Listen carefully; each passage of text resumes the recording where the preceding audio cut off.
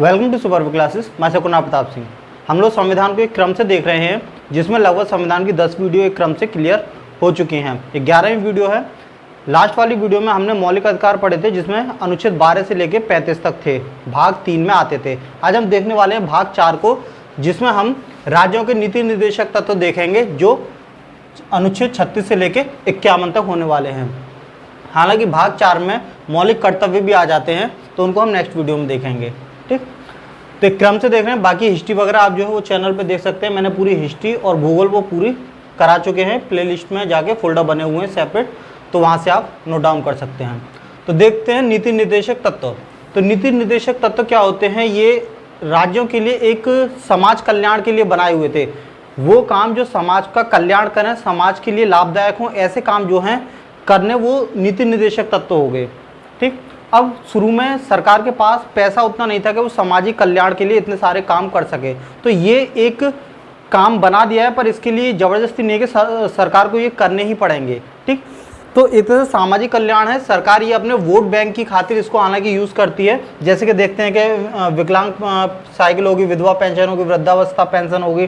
ठीक, कुटीर उद्योग के लिए बहुत सारे वो दिए जाते हैं, छोटे लोन, राशन कार्ड वगैरह। तो ये सारे समाज कल्याण के ही काम है एक तरह से। ठीक, निःशुल्क शिक्षा वगैरह, तो समाज के कल्याण के लिए जो भी काम होते हैं, अगर सरकार को लगता है कि ये करे तो सरकार उनको कर सकती है। ठीक, पर ज़बरदस्ती नहीं है कि हाँ उसको ये करने ही हैं, पर सरकार को करने पड़ते हैं क्योंकि वोटों की खातिर। ठीक, सरकार इसको बढ़ चढ़ के करती है। ये नहीं है कि अगर सरकार नहीं करी तो तुम कोर्ट में जाके इसके लिए करोगे, सरकार ये नहीं करी तो कोर्ट में इसके अपोजिट नहीं जा सकते। तो देखते हैं अनुच्छेद 36 में है कि राज्य के नीति निर्देशक तत्व की परिभाषा, मतलब नीति निर्देशक तत्व क्या होते हैं, तो वो आप समझ चुके होंगे। समाज कल्याण के लिए जो भी काम होते हैं वो सारे नीति निर्देशक तत्व में आ जाते हैं। अनुच्छेद 37 बोलता है कि यह न्यायालय द्वारा प्रवर्तनीय या वाद योग्य नहीं है। मतलब अगर सरकार इसको नहीं करती तो हम न्यायालय में नहीं जा सकते कि हाँ ये क्यों नहीं कर रही इस काम के लिए। अगर सरकार वृद्धावस्था पेंशन वगैरह ये सरकार ने लॉन्च किया, अगर नहीं देती तो हम कोर्ट में जा नहीं सकते। सरकार कोई भी स्कीम को ला सकती है और कोई भी बंद भी कर सकती है। जैसे कि अभी होता है कि चुनाव आने पर किसानों के जो लोन होते हैं वो माफ़ कर दिए जाते हैं। तो अगर सरकार चाहे तो करे और ना चाहे तो ना करे, तो इसमें कोई कोर्ट में नहीं जा सकता। लैपटॉप बांटे जाते हैं, फ़ोन बांटे जाते हैं, तो सारे सामाजिक कल्याण के काम हैं जो कि ये नीति निर्देशक तत्व में ही आते हैं। अगर सरकार नहीं करती तो न्यायालय में हम लोग इसके अपोजिट नहीं जा सकते।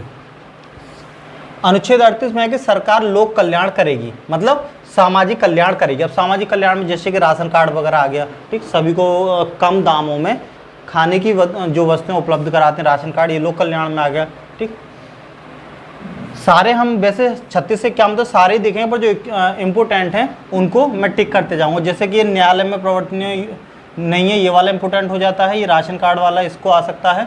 ठीक, उसके बाद में अनुच्छेद 29 बोलता है कि समान कार्य के लिए स्त्री पुरुष समान परिश्रम। मतलब कि अगर लेडी है और जेंट्स और मेल फीमेल काम करते हैं तो उनके लिए कोई वो नहीं किया जाएगा कि मतलब उसको स्त्री है तो कम पेंशन कम सैलरी दी जाए और पुरुष है तो ज़्यादा, ऐसा कोई भेदभाव नहीं होगा।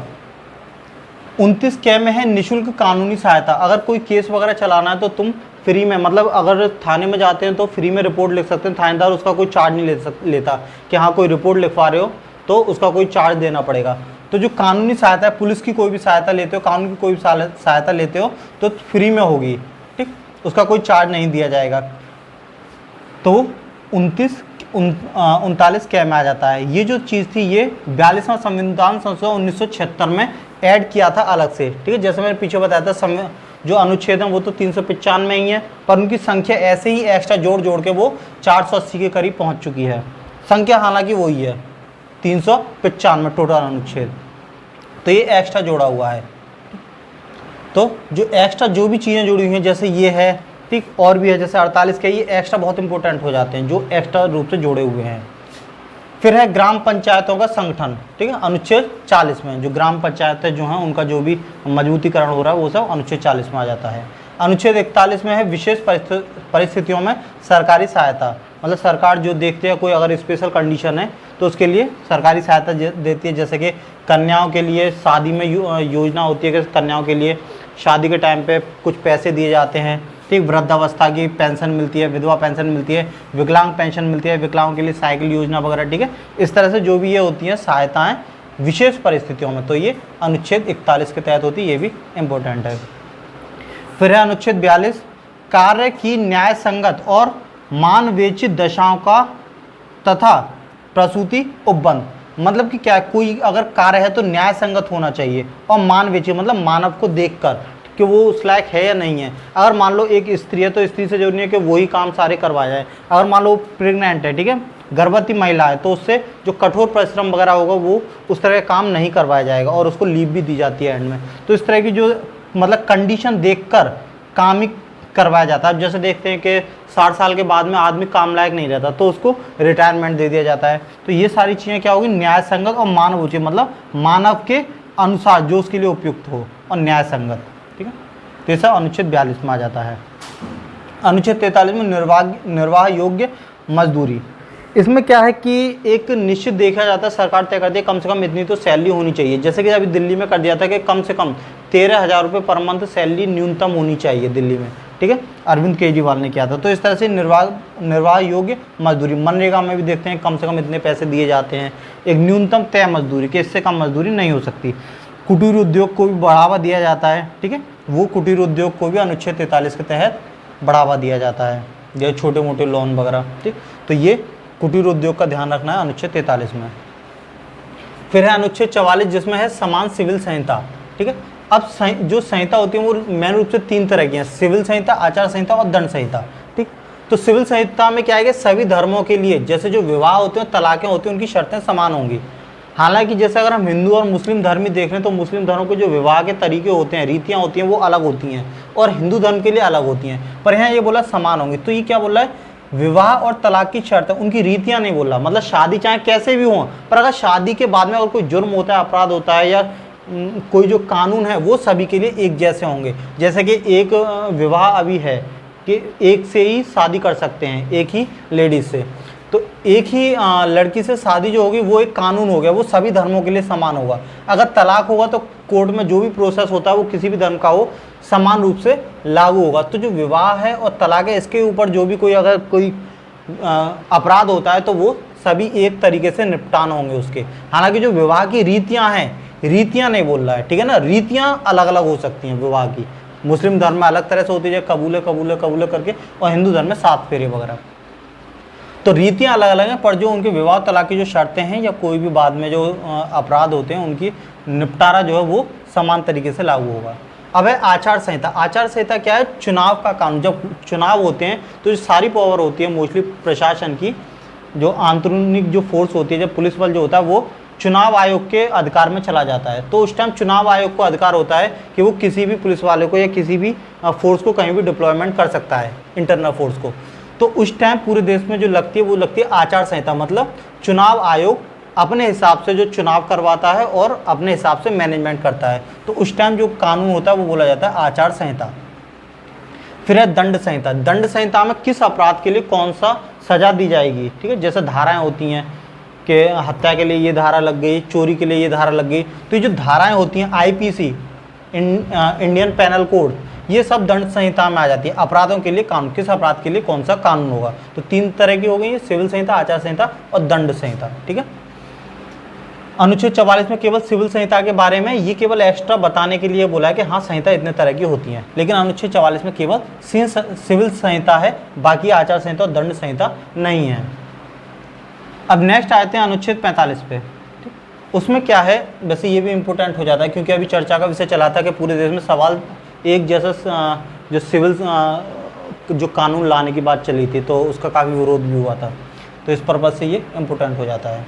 अनुच्छेद 45 में 6 से 14 वर्ष तक बच्चों को निःशुल्क शिक्षा, ठीक, और 6 वर्षों से कम उम्र के जो बच्चे हैं उनको चिकित्सा सुविधा। मतलब अगर बच्चा 6 साल से कम है तो उसका जो उपचार है वो सरकार की जिम्मेदारी है। और 6 से 14 साल तक के बच्चों की जो शिक्षा है निःशुल्क होनी चाहिए, वो भी सरकार की जिम्मेदारी है। ये पहले अनुच्छेद 45 था, पर हमने देखा ये मूल अधिकार भी है, ठीक है, कि हर बच्चे को शिक्षा मिलनी चाहिए। तो अनुच्छेद 45 का ये वाला जो पोर्शन है 6 से 14 तक बच्चों को निःशुल्क शिक्षा, इसी को ही संविधान संशोधन करके 86वां 2002 में उसको मूल अधिकार में जोड़ दिया गया। मतलब ये पहले जो था मूल अधिकार ये वाला, ये अनुच्छेद 45 था, उसको मूल अधिकार में जोड़ा गया था सन 2002 86वां संविधान संशोधन। तो इतने वाले पोर्शन को मूल अधिकार में ऐड कर दिया, ठीक है। और मूल अधिकार जो है वो हमारे 12 से 35 तक है, तो 21 काम में इसको जोड़ा गया था, ठीक। तो वैसे ये जो क्वेश्चन है वैसे मूल अधिकार में ही आता है मोस्टली, ठीक है, क्योंकि अब ये उसमें चला गया है मूल अधिकार में, तो यहाँ इतना जरूरी नहीं है।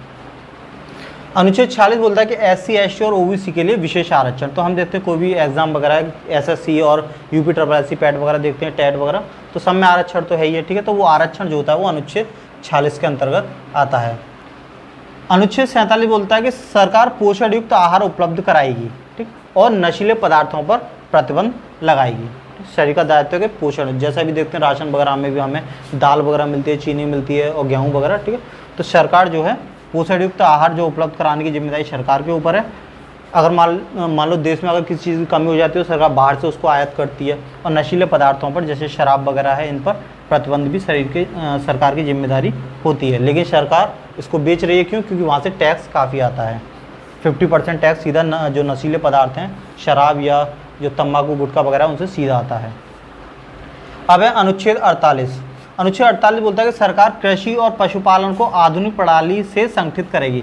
मतलब जो लेटेस्ट जो वैज्ञानिक तकनीक है, ठीक है, वैज्ञानिक तकनीक से कृषि करना और पशुपालन करना, ठीक, ये सब जो होता है ये अनुच्छेद 48 के अंतर्गत आ जाता है। अच्छा, जो देखते हैं कि जैसे कि अभी पशुपालन में ये गाय जो होता है, गाय वगैरह को मारना या बछड़ा वगैरह, इसके जो मारने पर प्रतिबंध लगा दिया है, वो भी इसी के अंतर्गत आ जाता है, ठीक। जो दुधारू पशु वगैरह होते हैं उनका संरक्षण, उनको बढ़ावा देना, और गाय को मारने पर प्रतिबंध एक तरह से लगा दिया था, ठीक है। वैसे तो औरों को मार सकते हैं, जैसे भैंस वगैरह को, पर गाय पे और बछड़े पर जो मारने को जो बैन कर रखा है, तो वो भी इसी के अंतर्गत ही है एक तरह से, पशुपालन को, ठीक है, पशुपालन का वैज्ञानिक ढंग और उनका संरक्षण एक तरह से। पशुपालन में मैन रूप से दुधारू पशु आ जाते हैं, गाय भैंस वगैरह, ठीक। अनुच्छेद 48 का, ठीक है, ये 48 अब इसमें एक और बढ़ा दिया का करके, ठीक है, ये एक्स्ट्रा जॉइन किया गया। इसमें क्या है, पर्यावरण और वन्य जीव जो रक्षा है वो भी सरकार की जिम्मेदारी होगी, ठीक। तो ये क्लियर है। अब है अनुच्छेद 49। इसमें क्या है, राष्ट्रीय स्मारकों की रक्षा सरकार की जिम्मेदारी। जैसे लाल किला हो गया, इंडिया गेट हो गया, ठीक है, बहुत सारे हैं, ताजमहल हो गया, तो ये राष्ट्रीय स्मारक बोले जाते हैं सारी चीज़ें, इनकी रक्षा, इनकी देख रेख वगैरह उसे सरकार की जिम्मेदारी। और ऐसा क्या बोलता है, अनुच्छेद 49 इसको बोलता है, ठीक। फिर है अनुच्छेद 50। कार्यपालिका और न्यायपालिका दोनों स्वतंत्र होंगी, एक दूसरे से अलग अलग होंगी। ये नहीं है कि एक दूसरे के प्रति मतलब डिपेंड हो। न्यायपालिका अपना स्वतंत्र है और कार्यपालिका अपना स्वतंत्र रूप से काम करती है। तो ये अनुच्छेद 50 के अकॉर्डिंग। अनुच्छेद 51 बोलता है कि अंतर्राष्ट्रीय शांति को बढ़ावा देना चाहिए, ठीक है। इस अंतर्राष्ट्रीय शांति को बढ़ावा देने के लिए ही भारत इसी अनुच्छेद की वजह से यूएनओ का सदस्य बना, ठीक है, यूनाइटेड नेशन ऑर्गेनाइजेशन, ठीक है, संयुक्त राष्ट्र संघ का जो सदस्य है, हिंदी में इसको संयुक्त राष्ट्र संघ बोलते हैं, इसका सदस्य बोला, जिसका पूरे विश्व में शांति वगैरह की देखरेख करना काम होता है। तो यूएनओ का सदस्य जो बना भारत, अनुच्छेद 51 के तहत ही बना, जिसका काम है शांति को बढ़ावा देना, ठीक। तो इस तरह से ये हो गया। इनमें मैन जो है मैंने टिक लगाए हैं, ये इनको सबसे पहले याद करना है, और बाकी पूरा ही एक तरह से देखते हैं, क्योंकि कोई ये नहीं बोल सकता कि हाँ ये आएंगे बाकी नहीं आएंगे, क्योंकि एसएससी जो है कहीं से भी कुछ भी पूछ लेता है। तो इस तरह से सारे देख लेने हैं और टिक वाले सबसे पहले याद करने हैं, ठीक है। नेक्स्ट वीडियो हम देखेंगे जो कि भाग 4 में ही आता है, 51 का के अंतर्गत मौलिक कर्तव्य, ठीक है, जो हमने रूस से लिए थे, वो हम नेक्स्ट वीडियो में देखेंगे। धन्यवाद।